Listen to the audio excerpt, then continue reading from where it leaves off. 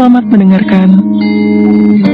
Tidak ada hal menarik dalam hidup Zian selama menjadi suami Natalia, sekalipun sosoknya semakin dikenal sejak menjadi menantu seorang Halim Pradiksa, konglomerat yang sejak muda sudah menjalin hubungan baik bersama Mikhail.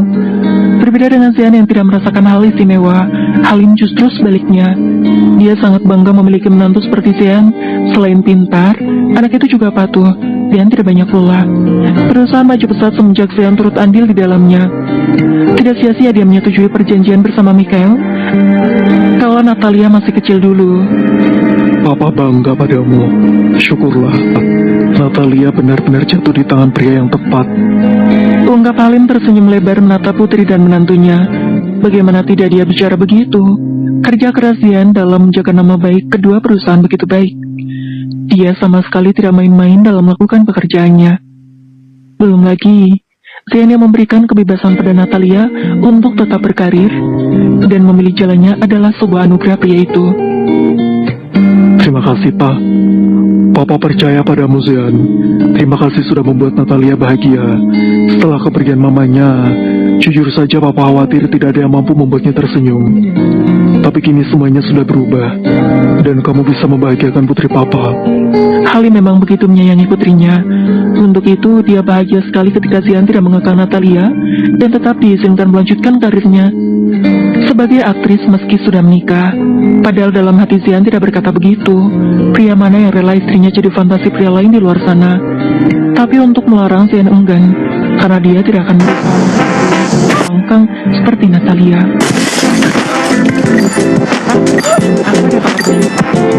Kini mulai bicara setelah menyelesaikan makan siangnya. Oh ya? Apa itu, sayang? Apa Papa akan segera menimang cucu? Tanya Halim dengan wajah berbinar. Dia sangat berharap hal itu sejak lama. Akan tetapi selalu saja ada alasan Natalia yang membuatnya harus sabar. Bukan soal itu, tapi sebentar lagi aku akan go internasional. Zian mengepalkan tangannya. Dia semakin sebal ada di sini. Halim yang tadinya terlihat berbinar mendadak berubah dan senyumnya kian tipis saja. Mungkin dia bangga akan prestasi putrinya. Akan tetapi yang lebih Halim harapkan lagi adalah sosok malaikat kecil yang mengisi pernikahan putrinya. Selamat, Nak. Itu impianmu, kan? Tidak ada yang bisa Halim lakukan untuk membatasi putrinya. Dunia hiburan adalah cita-cita Natalia. Hanya dengan itu dia bahagia dan melupakan luka kehilangan mamanya. Akan tetapi jujur saja, di dalam lubuk hati Halim dia merasa kecewa lantaran Natalia seakan tidak sadar jika dia sudah berumah tangga. Of course, Mama pasti bangga dengan semua pencapaianku. Ya, kamu benar sekali. Tapi coba kamu pikir lagi. Apa kamu tidak ingin memberikan Papa cucu? Lagi pula Zian juga butuh keturunan. Untuk kedua kalinya, Halim menasihati putrinya. Akan tetapi, tampaknya kepala batu ini memang sukar diatur dan enggan mengubah pendirian hingga raut wajahnya berubah seketika. Aduh, Papa tahu perjuangan aku untuk sampai titik ini tidak mudah. Lagi pula, sejak awal Papa memintaku menikah dengan Zian, sudah aku jelaskan, aku tidak mau karirku terganggu. Punya anak nanti pasti sulit, Pak. Kenapa sekarang banyak nuntutnya? Jangankan suami, papanya saja dibantah. Zian enggan menyela ataupun menenangkan Natalia, karena memang akan percuma. Jika dahulu Zian akan bersedih mendengar ucapan Natalia, saat ini sama sekali tidak. Tapi bagaimana dengan suamimu, Natalia? Dia pasti kesepian di rumah kalau kamu sedang di luar kota. Aku tidak masalah, Pak. Lagi pula itu sudah kesepakatanku dengan Natalia untuk menundanya. Kalau soal kesepian sama sekali tidak, karena ada Zafia dan Askara. Ucap Zian kali ini menjual nama anak-anak Mikaela dan Keivan. Natalia menoleh. Dia sedikit bingung karena respon Zian justru sama sekali tidak keberatan dengan keinginannya. Bahkan dia terlihat santai seolah benar-benar tidak menginginkan anak. Padahal kesepakatan antara keduanya tidak ada sama sekali. Yang ada hanya penolakan Natalia secara sepihak. Ya Tuhan, Papa benar-benar beruntung punya menantu sepertimu. Zian tersenyum simpul. Semua yang dia ucapkan barusan tentu saja karena ada alasannya. Lagi pula untuk saat ini, sekalipun Natalia meminta sama sekali, Zian tidak akan tertarik lagi. Tujuan hidup Zian sudah berbeda, dan sama sekali tidak ada sekabis keinginan untuk mencapai titik bahagia bersama Natalia. Selesai dengan makan siang tersebut, Zian meminta izin untuk kembali ke kantor. Sementara Atalia yang merindukan papanya, Zian izinkan untuk pergi semaunya. Terserah, ke Kutub Utara juga Zian tidak peduli. Hingga kini ketika dia sendiri, Zean justru memikirkan Sheila. Saat ini masih jam makan siang. Biasanya Sheila akan memesan pangsit rebus, dan mata Zean sudah muak melihat makanannya. Sebelum kembali ke kantor, dia membeli makan siang untuk istrinya lebih dulu. Ya, ini adalah kali pertama, dan mungkin Sheila akan dibuat terkejut nantinya. Sedang apa dia? Zean tersenyum simpul menatap foto profil sang istri di sana. Secara tidak sengaja, Zean membaca riwayat percakapan antara dia dan Sheila sebelum menikah. Wajah Zean mendadak merubah, dan kini memejamkan matanya. Dasar Zean laknat. Kenapa bisa setega itu? Zean membatin, dan menyadari betapa tidak berotaknya dia memperlakukan sekretarisnya.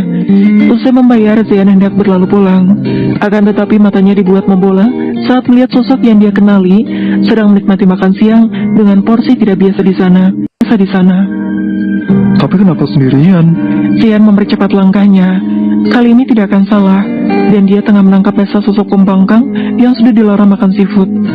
Tapi tetap juga dihantam. Ayo, papa ketahuan makan seafood sebanyak ini. Zean aduin mama ya. Michael mengelap bibirnya. Dia terlihat bingung kalau menyadari putranya sudah ada di sini. Aneh sekali. Biasanya Zean selalu makan di dekat kantor. Kini sang putra justru menemukan dirinya tengah menikmati surga dunia ini. Kamu kenapa ada di sini? Sengaja mantau papa ya? Atau jangan-jangan sama mama?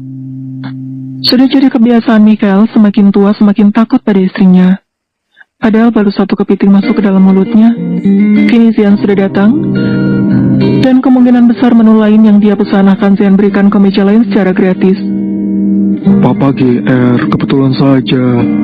Tadi aku makan siang di sana. Jawab Zean kemudian menghela napas panjang. Dia tersenyum melihat Michael terlihat bugar begini. Ya, sayang sekali. Padahal papa sudah pesan banyak. Ujarnya terlihat menyesal. Padahal itu hanya basa-basi paling basi. Dan hanya Zean tanggapi dengan gelengan kepala. Papanya tidak berubah, sekalipun sudah Zia ancam dicoret dari kakak, tampaknya masih kebiasaan curi-curi kesempatan. Padahal semua kekhawatiran dan larangan itu ditujukan untuk kesehatannya semata. Ya sudah, di depan aku lihat ada pengemis, ajak saja makan bersama, Pak. Michael salah menduga. Dia pikir putranya akan mengikhlaskan dia makan sendirian. Faktanya, Zean merencanakan hal lain yang membuat Michael menghela napas pelan. Untuk mereka kita beli baru saja, ungkap Michael demi mempertahankan nasi goreng seafood kesukaan, dan masih banyak menu lainnya. Mubazir, Pak. Lagi pula apa papa tidak khawatir masuk rumah sakit lagi? Kolesterol, hipertensi, dan ya ampun, kalau kami tahu habis papa disuntik mati sama dia. Ungkap Zean kini mulai mengambil alih kepiting saus padang yang ada di hadapan Michael. Bukan dia ingin merebutnya, tapi paham sekali jika Michael sudah pasti memakan setengah porsinya. Zean sangat menyayangi sang papa. Jelas dia ingin menjaga, walaupun memang sesulit itu membuat Michael menurut. Anak kurang ajar. Awas kamu sampai Kayla tahu. Sama kami takut, tapi padaku tidak. Sebenarnya takut dua-duanya. Michael khawatir jika mata putra dan putrinya sudah melihat kelakuannya, karena sudah jelas akan sampai ke telinga Zia, dan telinganya akan panas ketika di rumah. Bercanda, Pak. Aku tidak akan mengadu, tapi kepitingnya sudah ya. Papa makan yang lain. Zean sayang papa, makanya dilarang. Michael terdiam. Putranya yang satu ini memang berbeda. Tidak terasa putranya sudah benar-benar dewasa. Masih teringat jelas bagaimana Zean yang mengalah dan mengatakan bersedia menikahi Natalia, lantaran Zean kabur seenaknya. Padahal belum tentu dia yang akan dinikahkan.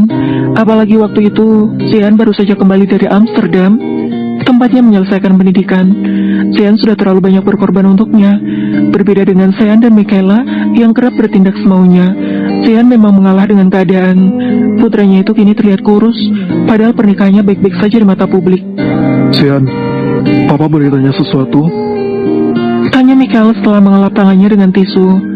Tampaknya acara makan besar Michael benar-benar gagal setelah ini. Boleh, Pak. Rumah tanggamu bagaimana? Baik-baik saja. Tanya Michael menatap netra tajam putranya.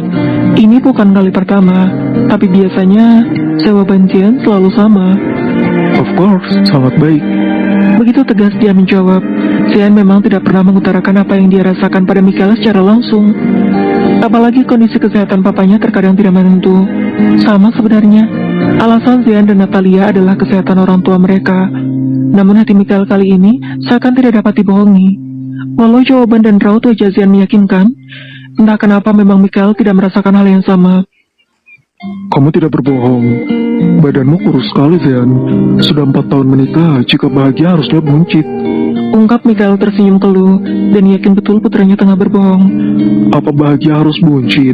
Kak Evan masih kotak-kotak perutnya, walau sudah punya anak 2. Papa saja yang beda. Ungkap Zian membela diri lantaran tidak ingin terlalu kentara bagaimana keadaan sesungguhnya. Aduh, terserah kalian sajalah. Papa cuma berharap kamu tidak berbohong. Oh iya, soal istrimu, sesekali tegur dengan cara yang keras, Zian. Papa benar-benar geli melihat penampilannya. Ucap Mikael kemudian dan membuat Zian terkekeh. Dahulu kala memang Natalia tidak banyak ulah. Dia hanya aktris seni peran yang sopan dan berusaha keras demi meraih prestasinya. Akan tetapi ketika menjadi istri Zian makin berubah, hingga Mikael saja tidak nyaman melihatnya. Biarkan saja, Pak. Natalia bahagia dengan cara itu. Aku tidak bisa memaksanya. Ungkap Zian menjawab sebaik mungkin dan tidak ingin memperlihatkan jika dia bermasalah. Papa pusing melihat menantu papa yang satu itu. Desis Mikael memijat pelipisnya, bingung sendiri kenapa Zian seakan menerima begitu. Kalau tambah menantu mau, Pak? Tanya Zian di sela candanya. Dia benar-benar terhibur melihat Mikael yang seperti itu. Anak nakal, ada-ada saja kamu. Satu saja pusing apalagi 2. Dia sudah pusing, dan kini Zian melontarkan kalimat yang membuatnya kian sebal, hingga pria itu melemparkan kotak tisu ke arah putranya. Bersambung.